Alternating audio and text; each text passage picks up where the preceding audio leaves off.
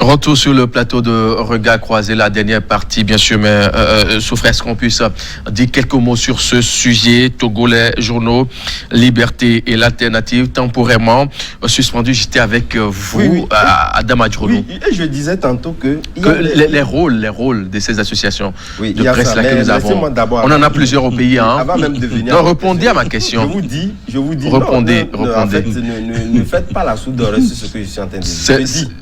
Je dis bien qu'il y a eu des sujets sur lesquels, aussi bien nous ils se sont prononcés. L'Alternative et Liberté ont été donc saisis, aussi bien au niveau de la HAC, mais qui ont convaincu par la démarche, scientifique et le raisonnement de cet article produit-là. Et là, parce que lorsque vous n'y apportez pas les preuves de ce que vous dites, et je pense que nos thèses sont carrément claires. Je dis, nos thèses sur le cas de Symphonie, de tel que nous-mêmes, lorsque nous posons des actes, je pense que nous attendons derrière à ce que c'est vrai. Certes, nos associations peuvent quand même contribuer. Des fois, c'est difficile parce que nous sommes dans un environnement où il est très difficile d'avoir quand même la source, d'avoir donc la source des informations, où des fois on occulte carrément les informations. Vous y allez, vous n'y aboutissez jamais. Donc quand même, vous êtes tenu quand même de pouvoir donc écrire. Et des fois, vous faites un peu la rédaction de ces articles-là avec quelquefois disons des insuffisances, et ces insuffisances-là nous rattrapent la plupart du temps. Et c'est le cas aujourd'hui. Mais ces associations, lorsqu'on pense que les associations sont là seulement pour défendre, parce qu'il faut défendre, je pense que c'est non. Je pense que ces associations-là sont priées aussi de nous faire comprendre réellement les rôles. Le rôle qui est donc les noms, parce que la quasi-majorité de nous, acteurs des journalistes, ne sont pas forcément... Parce que le journaliste lui-même, dans la définition même des tests aujourd'hui qui le régissent, tout le monde n'est pas obligé quand même de pouvoir donc aller à une école de journalistes avant d'être journaliste. Le métier est ouvert, tout comme partout ailleurs. Ça, c'était avant, hein, avec le nouveau code de la presse. Tout est bien cadré. Hein. On ne se lève pas pour être journaliste aujourd'hui au Togo. Les tests sont tellement bien ficelés maintenant. Avant d'entrer, c'est pas parce qu'on a raté peut-être sa première année à l'université qu'on s'improvise journaliste. Et si ces organisations de presse-là, vous insultent sur ces mesures-là, et que vous ne les mettez pas en pratique, je suis d'accord que ces associations-là ne puissent pas vous devenir parce que vous n'avez pas mis justement en application ce dont ils ont quand même dépensé de l'argent pour vous faire former. Merci beaucoup. Je ne suis pas d'accord. On va dire quelques mots. Je ne suis pas d'accord. C'est pas une question d'être d'accord avec lui. Oui, mais je ne suis pas d'accord. À ma question. Comment faut-il faire pour ne plus arriver à ce genre de situation? Parle Thierry, comment faut-il procéder pour ne pas tomber dans les mêmes devoirs à chaque temps? J'ai parlé de la solidarité et il faudrait que nous soyons unis. Et quand on est unis, c'est le slogan de parti, on est fort. Quand on est unis, on est fort, oui. Donc, il faudrait que qu'on ne nous prenne pas pour je ne sais quoi, parce que c'est de trop. Mais quand Adam parle de preuves, de quelles preuves parle-t-il? Puisque dans le cas de Symphonie, que je maîtrise mieux, mais Yves Gallet, qui est le directeur de publication du journal La Symphonie, a bien apporté les preuves. Dans sa publication, il disait que la brasserie, qu'il y a des corps étrangers dans les boissons de la brasserie. Et il était allé au devant de la HAC avec les bouteilles contenant des corps étrangers à la boisson. Merci beaucoup. Et pourtant, on l'a sanctionné. Merci beaucoup, et pourtant, Thierry, on l'a sanctionné. Parce que on va passer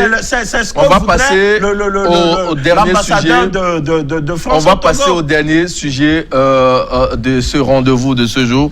Adam Adjrono, je pense que c'est bon, on passe au dernier sujet. Occasion de faire clin d'œil, bien sûr, au président de la HAC, M. Telou, et ses collabos, le premier, deuxième rapporteur, Mathieu Sayena, Badi Bassa Babaka et les autres de la HAC. On parle Togo, Covid-19, 23 cas confirmés pour 0 décès. C'est passé à 24. Hein. C'est passé à 24. Non, mais c'est parce qu'on comptait souvent la première dame qui a été guérie, qui s'arrêtait souvent à 4. Non, c'est passé à 24 en plus du cas. C'est l'information que vous avez. Oui, c'est passé. Puisque c'est le site, il y a un site du gouvernement en place qui actualise à chaque instant la situation. Donc, c'est passé à 24. Voilà. Et sur ce cas-là, je crois que je dirais qu'on ne s'est pas pris à temps. Sinon, on pouvait limiter ces contaminations-là. Et là encore, les autorités togolaises ont démontré que ce n'est que quand il s'agit de politique, quand quelqu'un veut leur piquer le fauteuil présidentiel, vous les voyez déployer... Est-ce qu'on parle de politique Attends. Vous les voyez déployer tout un arsenal pour préserver, protéger ce fauteuil-là. Et la communication autour de cette pandémie-là a été vraiment lente. Parce que, je ne sais pas, comme toujours, en matière de communication au Togo, les autorités ne communiquent pas abondamment. Et ça va dans tous les sens. On ne maîtrise pas réellement ce qui se passe. Bien avant même qu'on ne parle du premier cas jusqu'au 8e cas, l'OMS annonçait déjà qu'il y a 15 cas signalés au Togo. Ce n'est qu'après que le gouvernement est venu... cas, pas confirmé. Attends. Non, quand même. Ce n'est qu'après que les autorités sont venues nous parler de 8 cas. Et toutes les décisions, barrières, qui ont été prises jusqu'à aujourd'hui, on ne prend pas les dispositions qu'il faut pour leur respect scrupuleux. Et cela est fatal pour nous. Parce que on nous a dit, c'est moi qui... Je n'invente rien. On nous a dit que nos frontières terrestres et autres, l'aéroport, tout ça là, sont fermés. Mais, Mathieu, vous et moi savons que des avions continuent pas atterrir au niveau de l'aéroport international. Non, il faut préciser. Attendez. Certaines liaisons entre certains pays et le Togo. Belgique, la France, l'Italie, l'Allemagne. Attendez. Est-ce que vous êtes là-bas et vous vérifiez le trafic, tout ce qui se passe? L'investigation est en cours. Je pense que aujourd'hui, on va lui permettre de chuter. Si aujourd'hui, vous voyez que le chiffre de contamination est dynamique parce que chaque jour, pratiquement, on a soit un cas confirmé, soit deux. C'est comme ça. C'est du yo-yo, au fait. Donc, tout cela voudrait dire que, quelque part, il y a un laisser-aller. C'est ça qui fait que, au fur et à mesure que nous avançons, les chiffres augmentent. Donc, il faut circonscrire. On va revenir sur ça, sur les normes, barrières, ces consoles-là. Une surveillance. Beaucoup plus accrue. Oui. Et vous également, nous qui sommes notre rôle dans cette affaire. On marque un point virgule et je retourne vers Adama Adjronou. C'est quand même 23 ou 24 cas confirmés pour 0 décès. On a quand même une dame, la première dame qui a été guérie, selon les informations données par les autorités. Comment vous trouvez les chiffres, l'évolution des chiffres dans tout son ensemble? Oui, je crois que ces chiffres-là sont inquiétants dans la mesure où, lorsque nous prenons un peu le ratio entre le taux d'évolution, c'est vrai que c'est d'une manière ondulaire. Et aujourd'hui, je pense que le mal, tel qu'il est appréhendé, on ne peut pas aujourd'hui faire la comparaison avec d'autres pays quand même, parce que nous, c'est un caillou qui est lancé à l'air et chacun tient sa tête, comme cela se dit dans notre jargon. Et par rapport aux mesures prises par le gouvernement, je pense que c'est vrai, on saurait dire, étant donné que nous avons toujours des cas de contamination, mais certes, ce qu'il faut relever, c'est que jusqu'au jour d'aujourd'hui, ces cas de contamination ne sont pas des cas communautaires, ce sont toujours des cas importés. Ça voudrait dire que le pays, dans sa dynamique de mouvement et de développement, nous avions toujours opté quand même pour cette symbiose-là. Et d'ailleurs, même, je pense que le Togo est un pays toujours ouvert aux autres pays. Certes, c'est vrai que les frontières terrestres, maritimes ont été fermées, certes, mais il y avait la liaison aérienne qui n'était pas fondamentalement fermée. Totalement. Donc, au vu de cela, je pense que le gouvernement a pris des dispositions pour la mise en quarantaine, comme c'est le cas d'ailleurs même dans tous les autres pays. Et le Togo n'a pas fait exception. Et surtout, lorsque les gens évoquent le fait qu'il faudrait aujourd'hui fermer carrément les liaisons aériennes, n'oubliez pas aujourd'hui que lorsque le président de l'association des pharmaciens sort souvent, il a toujours l'habitude de le dire. Avant, il y avait donc les produits qui transitaient vers le port. Aujourd'hui, c'est par voie aérienne que ces produits-là arrivent. Voilà pourquoi on a constaté qu'il y a un peu un coût évolué au niveau d'un de ces produits-là. Ça voudrait dire quelque part que si réellement, au vu de nos champs un peu politiques et économiques, est-ce qu'on peut aujourd'hui, au stade où nous sommes, pouvoir aujourd'hui fermer cette liaison aérienne qui permet un peu au Togo de se souffler aussi bien au niveau de ces produits. Et n'oubliez pas qu'il y avait aussi le patron de l'OMS qui avait donc suggéré que ces pays-là puissent laisser des marges ou des couloirs humanitaires pour permettre aux experts de pouvoir donc circuler d'un pays à l'autre et d'apporter le nécessaire qu'il faut en appui aux médecins internes. Donc il faut prendre en compte toutes ces mesures-là pour pouvoir donc évoquer cette question-là qui n'est pas facile à nos États de pouvoir... Adam Adjournou, vous l'avez souligné tantôt que des cas détectés ne sont pas des cas locaux, qui sont des cas importés, cas étrangers. Oui. Est-ce que le moment n'est pas quand même venu où l'on prenne des décisions aussi draconiennes pour juguler un peu la situation, freiner un peu le mal? Il y a personne qui soit disponible ou qui a vraiment des experts à la matière que quand même l'État. Aujourd'hui, c'est vrai que nous spéculons ça et là, nous évoquons des sujets, certes, mais je pense que c'est le gouvernement, au vu de l'appréciation qui est faite au niveau donc de cette pandémie-là, donc il prend des dispositions. Au début, les gens avaient sollicité que les écoles soient fermées, mais le gouvernement n'avait pas jugé bon de pouvoir fermer ces écoles-là parce qu'il estimait qu'il y avait quand même des marges de manœuvre. D'ailleurs, il y a des pays qui sont touchés, qui n'ont pas jusqu'au jour d'aujourd'hui fermé les écoles. Et c'est au vu de l'appréciation de la pandémie qu'on prend des décisions. Si le moment arrivera que le gouvernement va sentir la nécessité de pouvoir donc couper sa liaison aérienne, il le fera. Donc il ne nous appartient parce que nous jugeons sur pièce, nous voyons réellement au vu. Mais c'est le gouvernement, l'État qui détient donc les espèces, c'est lui qui détient les informations qu'il faut sur cette maladie, cette pandémie-là. Donc ne mettons pas la charrue devant le bœuf en demandant au gouvernement de faire tant. Or, nous ne sommes pas quand même nous ne sommes pas dans la machine de fonctionnement de l'État. Donc je pense que nous devons quand même faire preuve d'assez de responsabilité. Ce que le gouvernement a dit, prenons quand même le nécessaire de pouvoir faire ça. Prenons donc le pouvoir les mesures de barrière, c'est comme ça.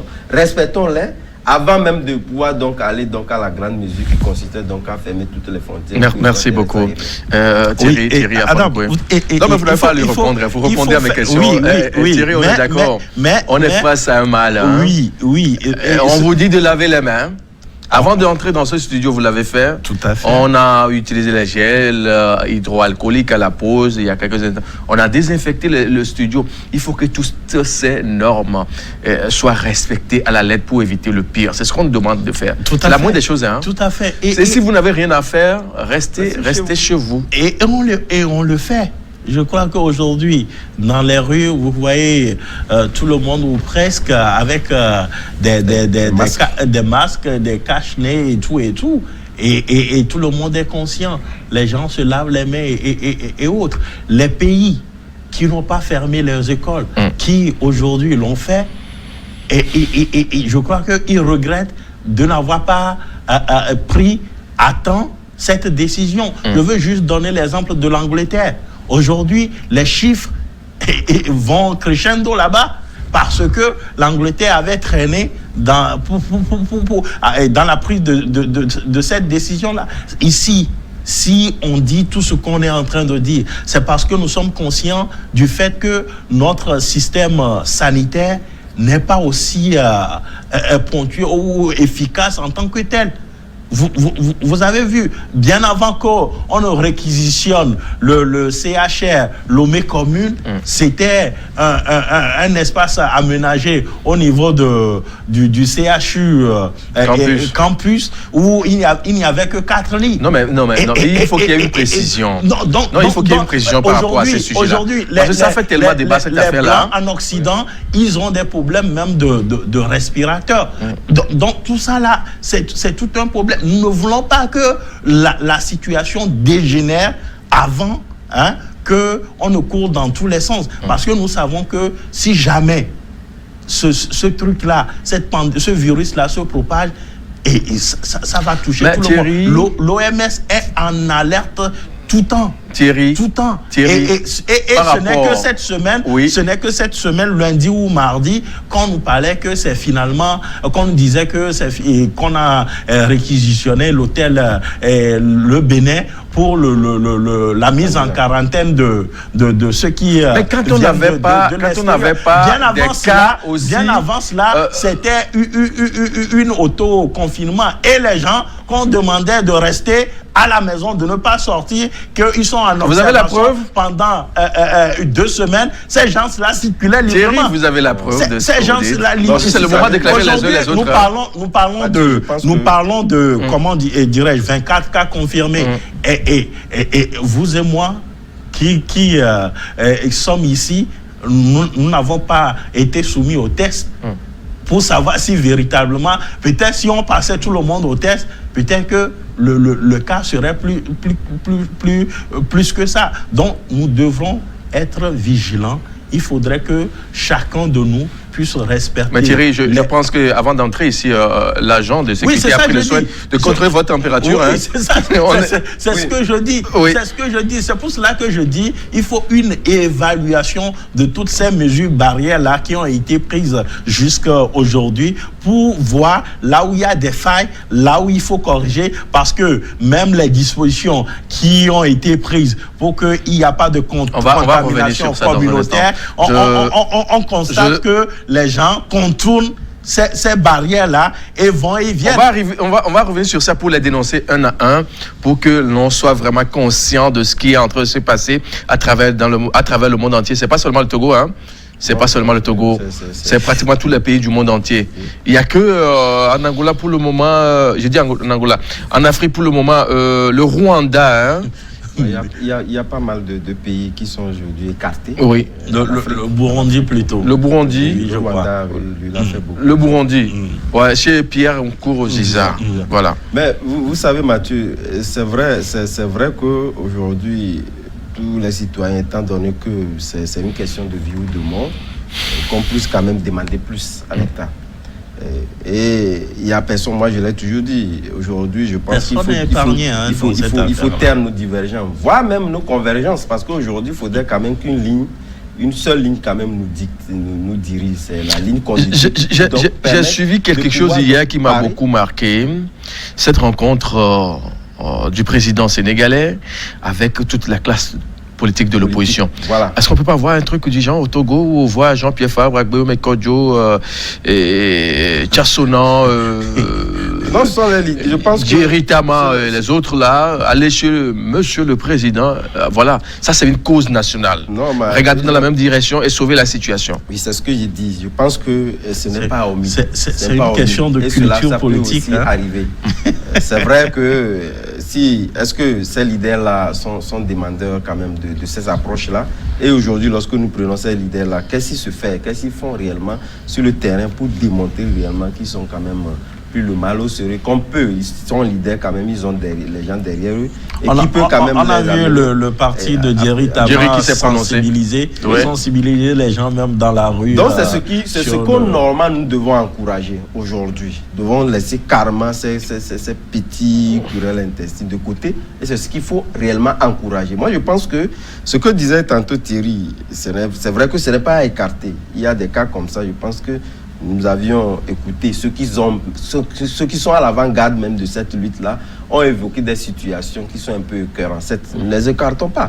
Mais aujourd'hui, je pense que si même il y a de ces cas-là qui peuvent être considérés comme des cas testés positifs qui sont parmi nous, et si nous autres, nous prenons des dispositions, je pense que ce mal-là risque quand même de rester sur cet individu jusqu'à ce qu'il ne présente des phases sévères de la maladie. Mais lorsque les gens essaient donc de relativiser encore le mal, c'est là quand même où l'inquiétude est là.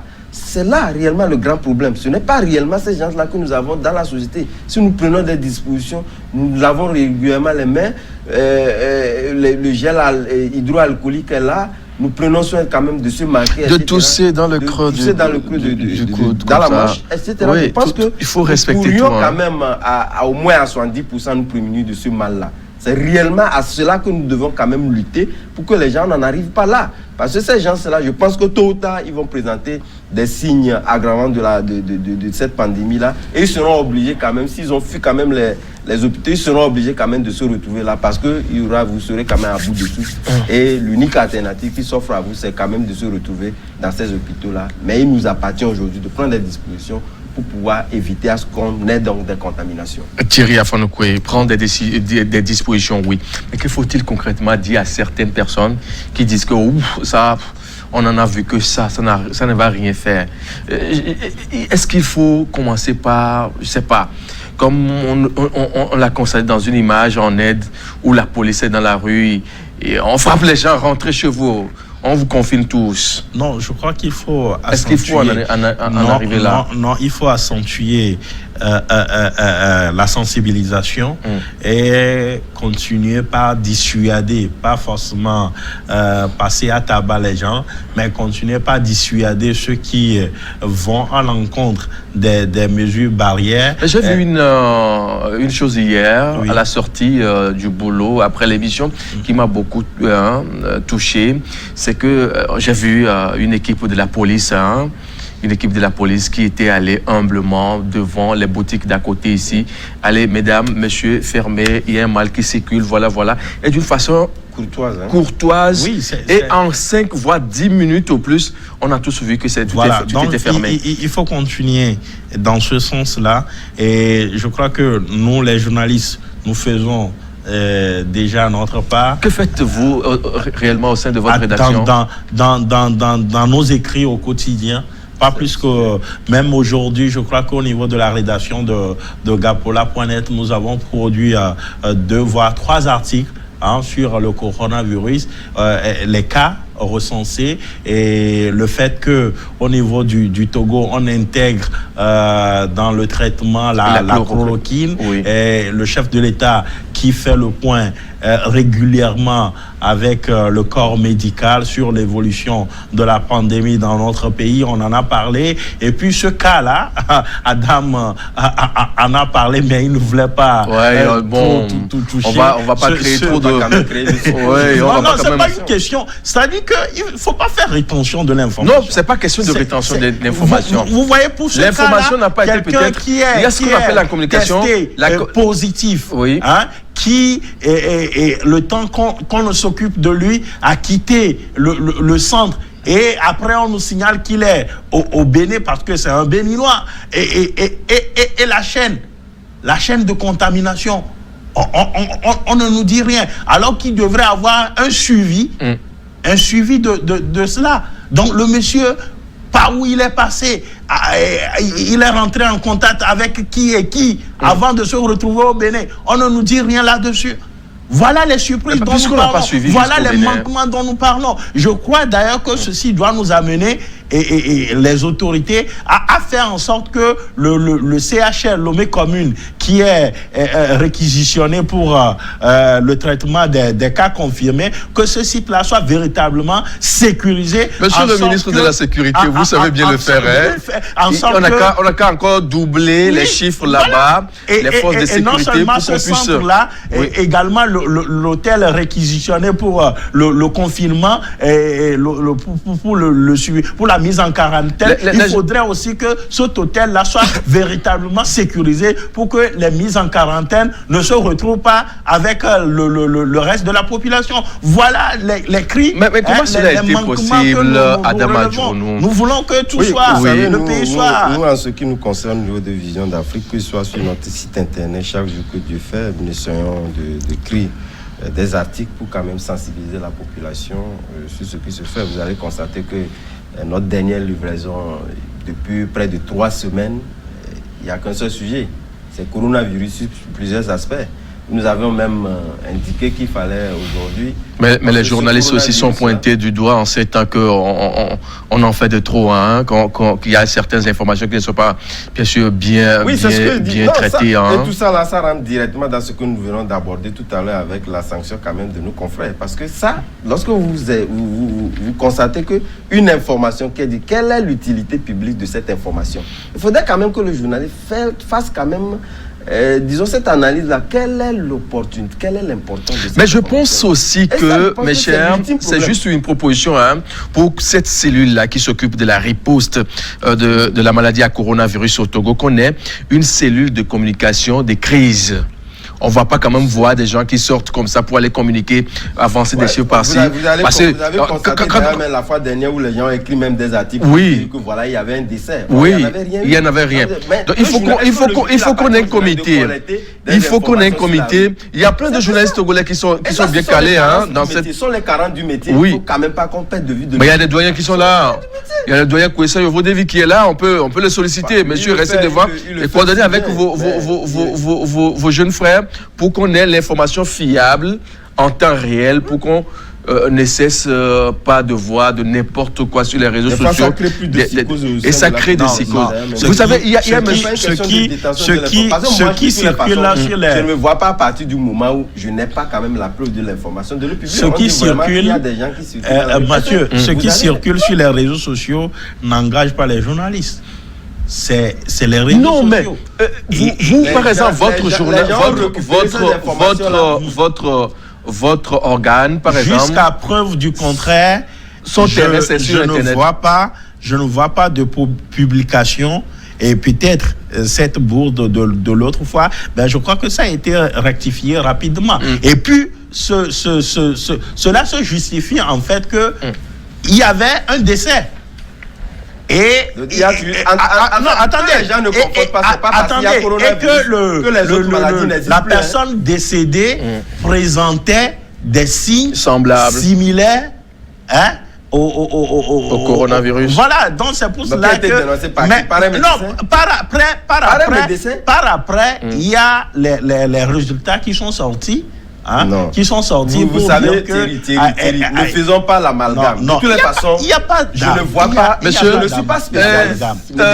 Vous faites plus ou moins bien, ou bien nous faisons plus ou moins bien déjà notre boulot. Mais quel est ce message que vous avez à l'endroit de ceux qui nous suivent actuellement? Non, le message, il est simple et unique. C'est quand même d'exhorter quand même nos concitoyens à toujours respecter ces règles barrières. Oui.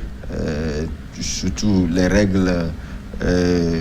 Laver les mains, utilisation de solutions hydroalcooliques, tousser dans le creux de la coude. Je les ai rassemblés en trois, qui vous a dit les gestes quotidiens, toujours physiques de fraternité. Il faut les mettre. Il ne faut pas se serrer les mains maintenant, c'est fini. Donc, merci. Adam. Bon. Thierry, oui, 30 secondes, c'est déjà la fin. Il faut respecter les mesures barrières comme Adam l'a si bien dit.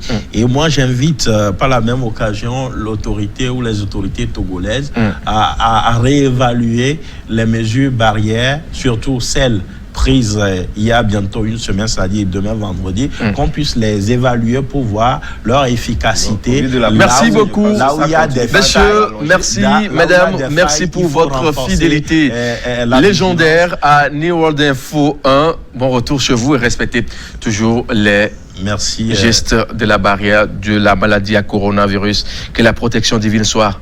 À très vite. Amen.